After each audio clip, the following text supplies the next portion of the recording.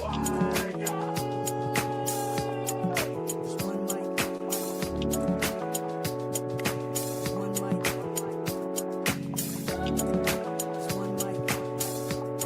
a moment with your friend. I've never been on trial for my thoughts before. Welcome to the Only One Mic podcast. Paul Gerard, Brooklyn Dre, and J. Rob is off tonight. But riding shotgun with me tonight is author, activist, educator, and chef, Mr. Calvin Eaton. How you doing, Calvin?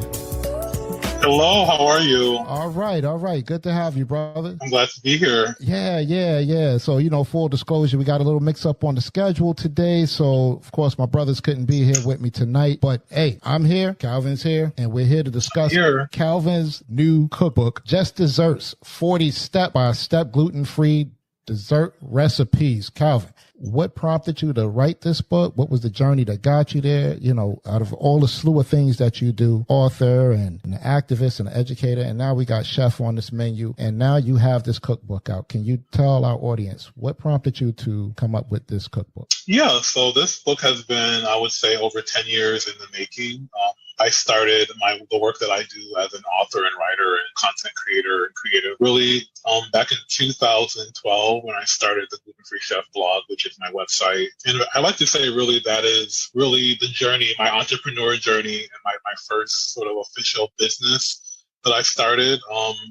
And that was largely born out of my personal experiences dealing with some new health challenges that I was having, autoimmune illness that sort of came into my life. And it really required me to change the way in which I navigated food and what I was eating and how I was moving through the world. And so I started the blog really as a way to have like a diary about that journey, that health journey, and the ups and downs that I was experiencing during that time.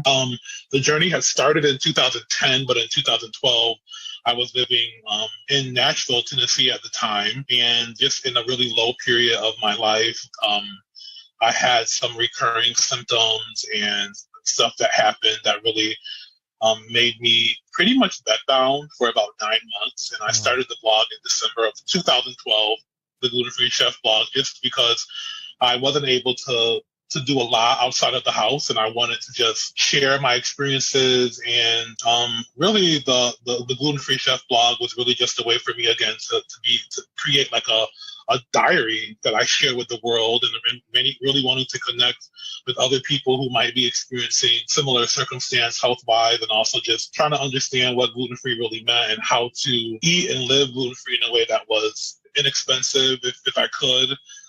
And that tasted good. So that was really the catalyst of the Gluten-Free Chef blog. And then it just really grew from there. As you know, you start something creative and it just begins to take a life of its own, if you will. And eventually I started to do some gluten-free baking for just some cafes and coffee shops in the area that I was living in East Nashville. And then that really grew to me getting connected with people online as a content creator and writer. And I started to do some brand work. And this was, back then, 10 years ago, Facebook and Twitter had been around. Facebook had been around for a couple of years, a few years by that time. But it was really the early world of blogging and people writing on the internet to make money, if you will. So I was just navigating that and really learning a lot. And it just sort of grew from there. So the Gluten-Free Chef blog started in 2012. I came back to Rochester in 2013 and started to just explore the city and do cooking shows and classes at different libraries around like wellness and plant-based living and gluten-free, and just really networking. I really wanted to meet people in the community in Rochester that were living gluten-free, and I was doing a lot of that work for free. It was just networking events. I was doing pop-up luncheons and dinners that were gluten-free, and over time, this just really grew into a brand and business where this website is now I'm connected with people all over the country and the world, and really have created an online community where I'm teaching people about how to navigate gluten-free living and what restaurants to go to in Rochester or in other cities, what to buy at the grocery store ingredient-wise, what brands are better than others. So just a lot of advocacy on the website and just creating a community where people can feel supported and also learn from each other. And this cookbook is really a celebration of just a decade, a little over a decade now of the website, and me sharing with the world the recipes that I have created over the course of 10 years on my blog, and also new recipes. And as I was writing this, as I started to put the book together and really begin the writing process in March of last year, I had a different vision for the book initially, but as you start to write a book, put everything together and your ideas together, I just started to come back to a lot of the recipes were dessert focused. And so that was really when I decided to make the book a niche focus and really focus on desserts. So the book is divided into 5 chapters where I'm giving people really simple ways to create gluten-free desserts, and with a step-by-step photo for every recipe in the book. And I have a cookie and brownie chapter. I have cakes and cupcakes. I have a chapter about my pies and all of that. So I'm really excited. And the book is coming out by late July. I'm really excited for that. All right. Yeah. So good. So that would, barbecues and all, and if you bring baked goods to barbecues, some people do. You need something sweet, of course, absolutely. So let me ask you, because I know we went over the whole purpose of the book, and you did mention, gluten. Can you explain to the people, because some people really just don't know what gluten-free means, as you said, right? As well as what does gluten do to the body? Because a lot of people hear these terms thrown around and they don't know exactly what gluten is. They just know that it's gluten-free and it sounds healthy. So can you explain that? Yeah. So to make it very simple, gluten is the protein that is found in grains like wheat. So wheat is one of the biggest grains that we use to make things like bread, cookies, crackers. So gluten is a protein at the molecular level of a grain of wheat. And for people who need to be gluten-free, what happens when you ingest or eat something that contains gluten? One of the most common illnesses of which require people to be gluten-free is called celiac disease. And celiac disease is an autoimmune illness that attacks the small intestine, and it really prevents your body from absorbing nutrients in the way that it should. So when you eat and you go, you chew food and you swallow it and it goes through your digestive system, it's really broken down and distributed throughout your blood and your body in the small intestine. And so in celiac disease, that process is damaged.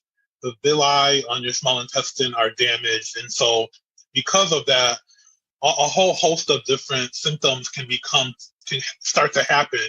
So for some people, they start to notice that their hair starts to fall out. Some people experience symptoms like fatigue. A lot of people experience gastroabdominal symptoms like just a stomach ache and other things like that. And right now, there is a lot of research being done around the cause of celiac disease. There's a lot of genetic factors that come into it, but there's no cure for it right now. And really, the only way to basically do something that is sort of addressing celiac disease is by having a gluten-free diet, which means that your diet, your food that you're eating, does not contain gluten-containing grains or products. So the most common gluten-containing grains are wheat, rye, and barley. And these are things that are found in most packaged foods that we buy, convenience foods. So you think about if you buy a box of cookies like Chips Ahoy or Oreos, they are made with wheat flour. You look at the ingredients, you'll see wheat as probably one of the first ingredients. So when you're gluten-free, you just have to find substitute ingredients. So the grains that are gluten-free naturally are rice. Buckwheat is a gluten-free grain, even though it has wheat in the name of it. Tapioca, potato.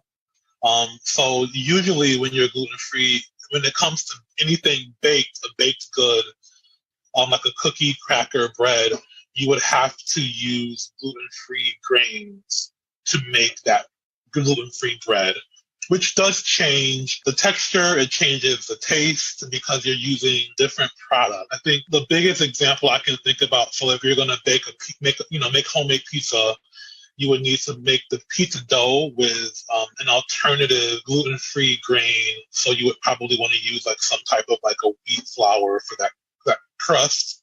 Like a cauliflower, maybe. Cauliflower is a big cauliflower would work as well. Yep, you can use so many different types of products to make like a crust. You can use potato, cauliflower works, quinoa is a gluten-free grain. Some products are made with like bean flour, navy bean flour.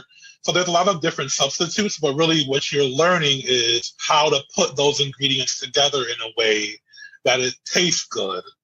So that's where, getting into recipe development and cooking and really teaching yourself how to experiment in the kitchen comes into play.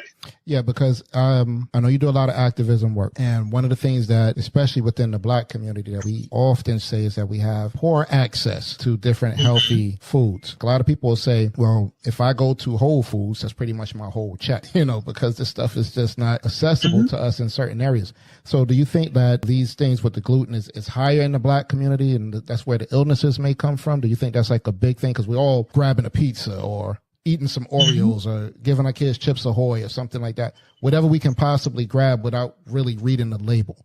Do you think that these are like the biggest factors towards a lot of African Americans having major health issues? Well, when you're eating a lot of processed foods, it can be a lot more expensive. I mean, I think processed foods are expensive no matter whether they're gluten-free or not. But I think that what this book is teaching people how to do is learn about the different ingredients that you can buy in bulk, or you can eat a relatively inexpensive gluten-free diet if you're cooking the food yourself. So if you're making food from scratch, if you're growing your own food, so let's say you want to cut down on your cost of your grocery bill, you can start a small container garden of vegetables. You can grow collard greens here in the summer. You can grow tomatoes, peppers, and anytime you're eating whole, real food, fruits, vegetables, any kind of like meat, lean meat that doesn't have a lot of processing done to it, it's already naturally gluten-free. So in the early years for me, when I was really learning how to eat gluten-free and I was also living on a budget, I would buy things like bags of beans, pinto beans, navy beans, which aren't very expensive. I would buy a big bag of rice because rice is gluten-free and you can do a lot of different things when you cook rice. I would buy a lot of frozen veggies. So frozen veggies are oftentimes can be even healthier than fresh because they're already frozen. You buy like broccoli,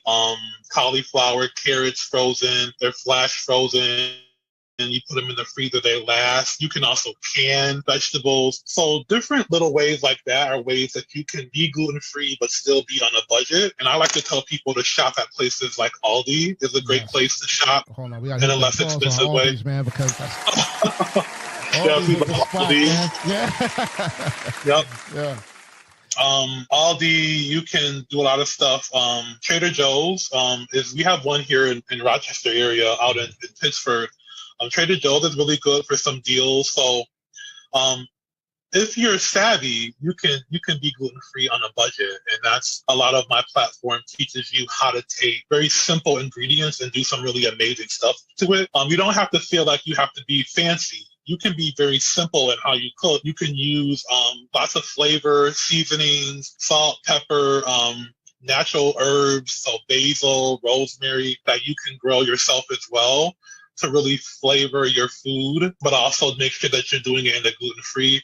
A lot of stuff that are popular in, Black cooking, Southern cooking are already gluten-free. So pinto beans and neck bones, maybe, or you could get turkey neck bones in your pinto beans if you want some flavor. You can, we use sweet potato, yams. Those are all naturally gluten-free and often found in, Black Southern cooking. Greens. Yeah.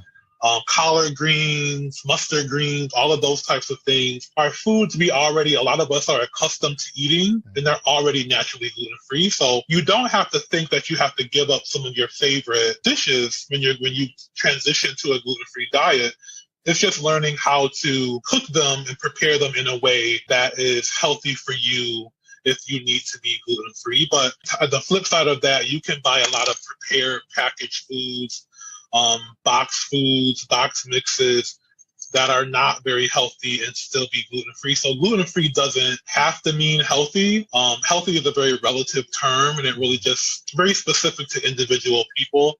What healthy means, someone who's diabetic, what healthy is to a diabetic is very different from someone who doesn't have diabetes, right? So that already is very relative. So I think just teaching people how to take really simple ingredients and transform them in a way that is easy to follow and understand. And the thing about my cookbook is that I've already experimented for you, so you don't have to experiment on your own. The recipe is already something that works really well once you get it. How did you feel once you started really going into that gluten-free diet? Did you feel any different, for better? Did it take an adjustment period? Yeah, it took us several weeks and months to really start to see an overall difference. But for me, a lot of the symptoms like my stomach bloating, gastro, abdominal cramping, those types of things, I don't experience that when I'm eating gluten-free. I don't have celiac disease myself. I have something called irritable bowel syndrome. Oh, yes. And there are also some other illnesses that are pretty prolific in the Black community. So Crohn's disease is underdiagnosed in the Black community, and that's another illness that has to do with the digestive tract and bowel that can attribute people to needing to eat gluten-free. So it oftentimes takes a lot of investigation and going to several different specialists and doctors to really figure out what's going on with your system when you're noticing symptoms. But once you figure that out, the part about navigating how to now, your diet and what you eat is the part that can also cause lots of anxiety. But fortunately, communities like my community, the Gluten-Free Chef community, we have lots of people who can support you and teach you and give you resources and really just help you navigate in a way that is a lot easier. It is a lot easier. Okay. Because I know that's a lot of things that people focus on. It's like when I have to change my diet, like, I know people have medical conditions and they say, oh my gosh, I don't think I can eat this way. It's like changing that whole scenario where I can't go to McDonald's anymore, or I can't, go to Wendy's anymore, which is a good thing if you can navigate it. So before we get ready to wrap up, Calvin, can you please, once again, I know that you have your book, Just Desserts, 40 Step-By-Step Gluten-Free Recipes, right? What is one of your favorite recipes out that book? Oh, let's see. Well, I'm actually going to be out in Henrietta tomorrow at Henrietta this week. I don't know when this will air to the people, but I chocolate chip cookies. They're vegan and gluten-free. They're really good. There's only less than 10 ingredients in the cookies, and I really love those. So if you like chocolate chip cookies, you're also plant-based.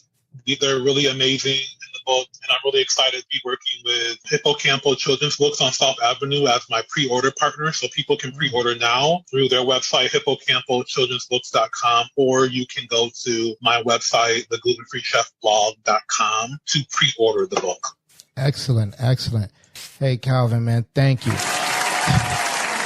This is the type of stuff that we like to talk about, folks, things that's going to affect our community and the community as a whole. To make sure that we get you on track in terms of your health and your wealth, mental well-being, and all. So, Calvin, again, I thank you. Thank you for your time. I know you're a busy man, and we had a kind of a mix-up on the schedule, but I'm glad we did this. I'm glad you popped in, man. Yeah, thank you. You did, all right. So before we get ready to go, guys, I want you to know, please try to eat as healthy as possible. Monitor yourself. Go to the doctor. Check yourself out. Make sure everything is above board, because we need a lot of effective soldiers and families out here, guys. The Only One Mic podcast is available on all major platforms that you stream your podcasts on. Also, check out our Only One Mic podcast YouTube channel to catch up on the past and current episodes. And please don't forget to rate the show and subscribe. Also, if you'd like to get in contact with the Only One Mic podcast, you can reach us via Instagram and Twitter at the Only One Mic P1. Facebook and LinkedIn at The Only One Mic Podcast, and via email at theonlyonemic00@gmail.com. There you can leave your comments. We thank you all once again for your time. Calvin, you included. We thank you, brother. And we encourage you to please speak your truth quietly and clearly and listen to others, even the dull and the ignorant, because they too have their story to tell. So until next time, please keep in mind that we never had to run from the Ku Klux Klan, so we shouldn't have to run from a black man. Peace.